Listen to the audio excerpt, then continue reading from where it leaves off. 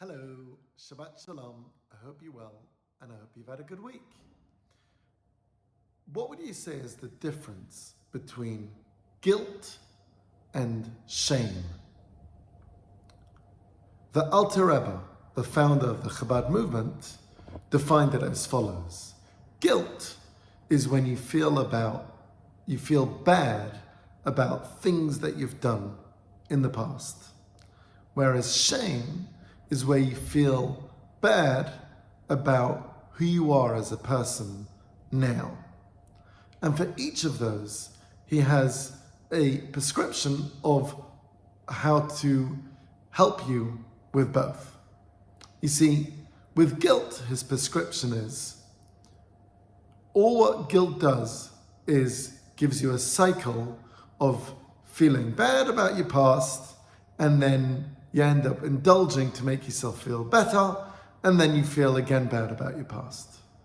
And therefore, if you're able to go and schedule times for yourself when to have an appointment, to think about the things you've done in the past, and to feel guilty about it at that time, and then to come up with a resolution for going forward.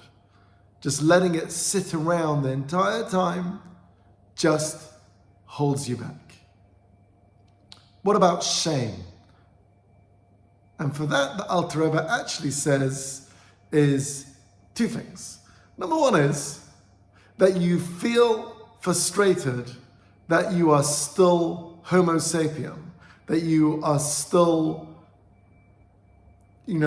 driven by temptation.